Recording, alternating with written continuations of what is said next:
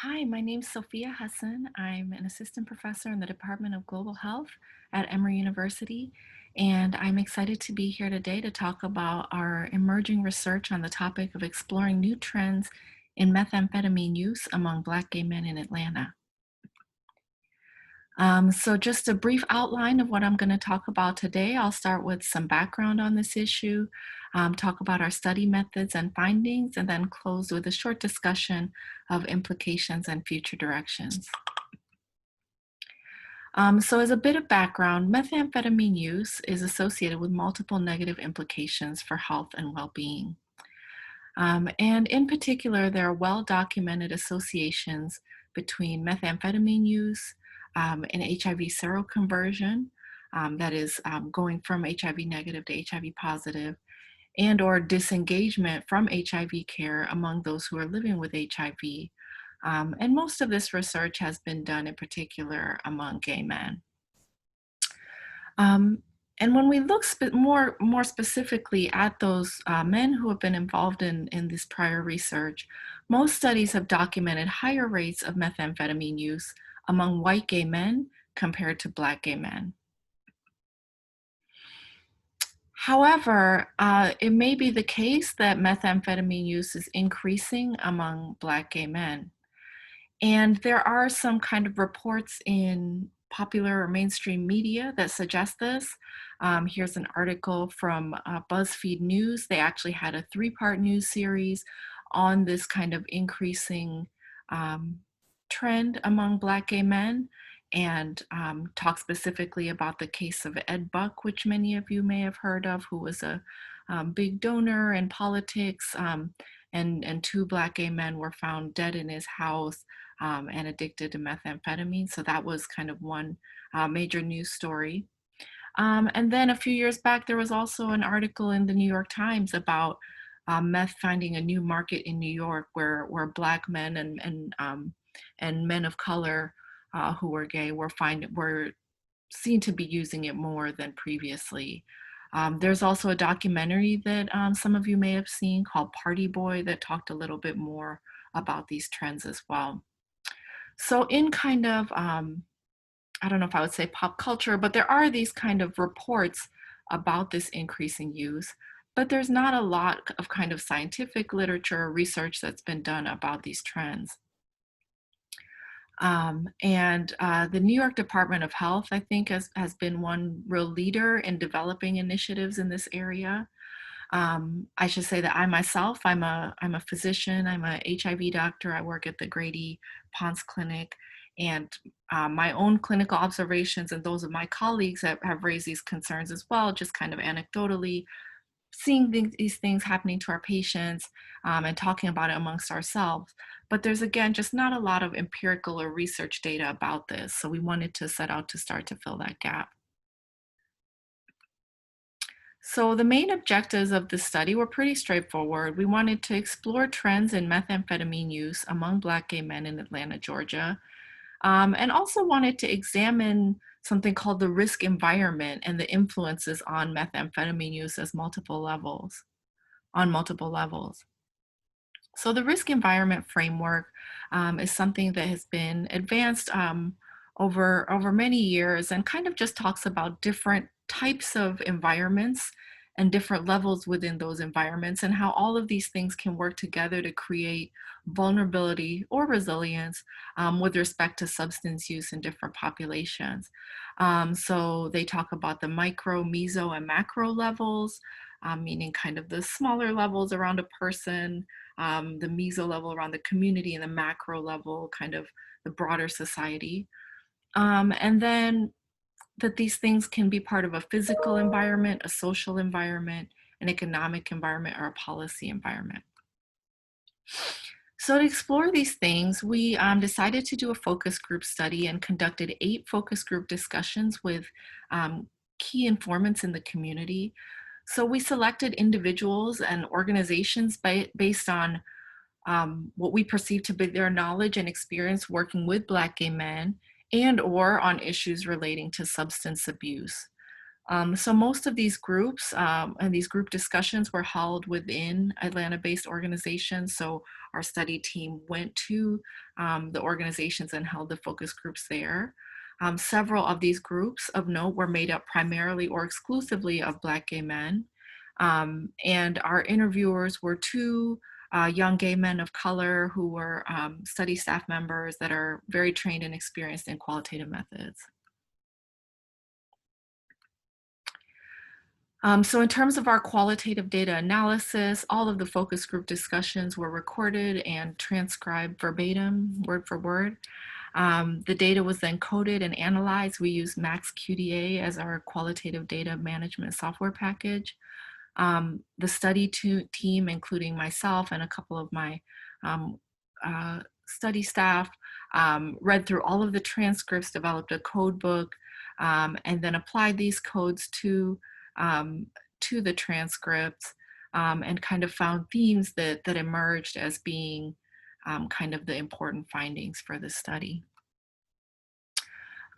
So our findings were kind of around going back to our initial aims around just the trends in general, and then also around describing the influences at different levels that predispose Black gay men to using methamphetamine. So first, in terms of the trends, overwhelmingly, our participants agreed that methamphetamine use appears to be increasing among Black gay men in Atlanta. And most of our participants stated that this had been happening for about the last 5 years or so, and that it tended to happen more in younger Black gay men than older men. Um, Many people, when they talked about this trend, described it as a move from the white gay community to the Black gay community. So that the drugs had been over there, that was something that white gay men did, and now was coming into the Black gay community.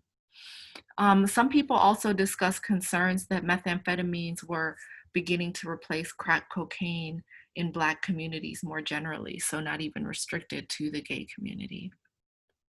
So here's a representative quote about these trends. With meth, it could be perception, I don't know, but it always was. The perception was that meth was a white boy drug. And you know, the white kids in the suburbs were doing a lot of meth. And now all of a sudden it's a Black gay man problem. So if that's a trend, you know, a legitimate trend, then I definitely don't like what I see. Because to quote Jesse Jackson, when America gets a cold, Black folks get pneumonia. So if it is the trend that it's getting worse with Black gay men, it's going to explode if something is not done with meth. All right, and so next we looked at some of the micro level factors, so some of the things about an individual or their immediate surroundings that might predispose them to methamphetamine use. In other words, kind of who is the most vulnerable to kind of starting and becoming dependent on meth. So a lot of things they talked about kind of the use of methamphetamine as a sex drug, which is very kind of consistent with the prior research on this topic. People talked about how methamphetamines were used to cope with stress and mental illness as kind of an alternative self-medicating kind of function. And then a lot of people talked about the impacts of homelessness and poverty, and in particular that those who didn't have a place to stay or a lot of socioeconomic resources might engage in transactional sex that was accompanied by methamphetamine use, and how they would be introduced to the drug in that way. So here's a representative quote about that, and in particular about that survival sex as a mechanism for developing methamphetamine dependence. They dangle it in front of their face. Do you want somewhere to stay? Come over tonight for the next 2 days, and I'll get you high, and then be his whore for 2 days. And then they indulge, and later they can't function. So then they start buying it, then they become the host. It's like passed on and passed on, the cycle. All right. And then we looked at kind of the meso level factors. So kind of things within the Black gay community um, as a larger group that could also be things that would unfortunately facilitate methamphetamine use. And so most of these were kind of related to the sex scene in the community, be it either the virtual scene or the physical scene. And kind of consistent with that function discussed earlier that is mostly used as a sex drug and in the context of sex. So that virtual sex scene mostly happens in the setting of the geosocial networking apps. So things like Jacked is the one that's most commonly discussed in this community, or you all might have heard more about Grindr, but essentially apps where people can seek sexual partners, and there's a geolocating component as well that lets you know kind of where people actually are. And then people also talked about actual physical kind of sex clubs or sex parties as places where meth use is very common and people might get introduced to it. So here's kind of some representative quotes on that. This is all within one focus group, but there's two participants are represented here. So the first one says, so it's actually, I would say it's very discreet. And they're talking about the use of the apps and how methamphetamine use is introduced on the apps. I would say it's very discreet and it shows up in the form of aliases. Or like for me, I remember the capitalized T. One day I was just curious and I was like, why is your T capitalized?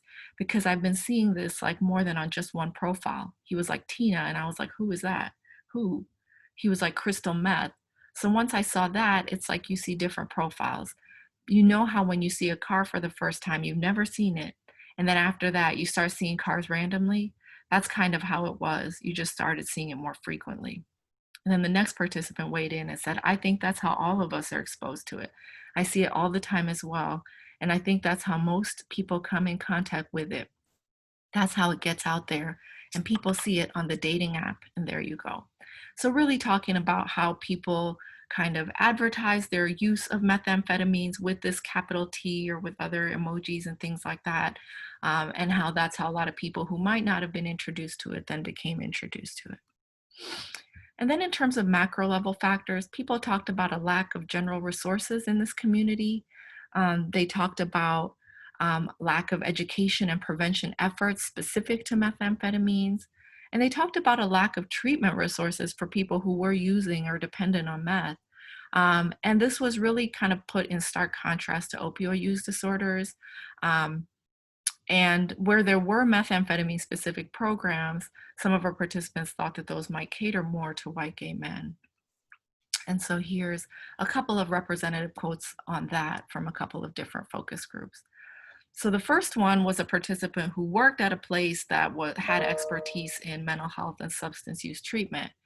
And so they said, in most cases, even centers like, and then he named the place where he works, I don't feel adequately equipped to focus on the meth usage. The trainings and experiences go mostly into cocaine, crack cocaine, marijuana, and they mean well, but there needs to be some sort of intervention to get people educated on how to deal with meth users. And then another quote, someone said, everybody is aware of, like society is geared towards awareness about opiates. There's a whole national movement where everybody knows about the opiate epidemic, and that's what we're focused on right now. So again, drawing that contrast between kind of funding and attention being directed towards opioids in contrast with the methamphetamines. All right, so putting this all together, what are some of the implications and future directions? So I think our participants agree that there are concerning potential trends in methamphetamine use among Black gay men in Atlanta. Um, Getting more specific about the trends, they felt that younger Black gay men were the most impacted, including those with housing instability, mental health comorbidities, and those using geosocial networking apps or attending sex parties or similar venues. Um, I think that all of this has really important implications for general health and well-being of Black gay men, but also when you extend it to thinking about HIV prevention and treatment efforts, there's a lot of implications there as well. Our participants uniformly cited that there was not adequate education or resources about methamphetamine use among Black gay men, and that there's a need for increased attention to methamphetamine use among CBOs, policymakers, and funders. I do think that, many people kind of drew contrast with HIV-focused or opioid-focused initiatives that target similar populations. So I wonder if there might be potential for synergy with those, or, if those funding streams could be leveraged to do things that included meth as a focus in addition to HIV or opiates. And that our future work will also need to focus on including perspectives of Black gay men who use methamphetamines and exploring their risk environment in more detail. So thanks for your attention. I want to thank the study team, Marzavian Jones, Daniel Camp, Shivani Patel, and Hannah Cooper, as well as the CBOs that worked with us to host the focus groups, our youth advisory group, Here's to Life, Thrive SS, He is Valuable, Positive Impact, Atlanta Harm Reduction Coalition, and the Emory CTU and Grady IDP. And thanks to the Emory Center for AIDS Research for funding this. Thank you.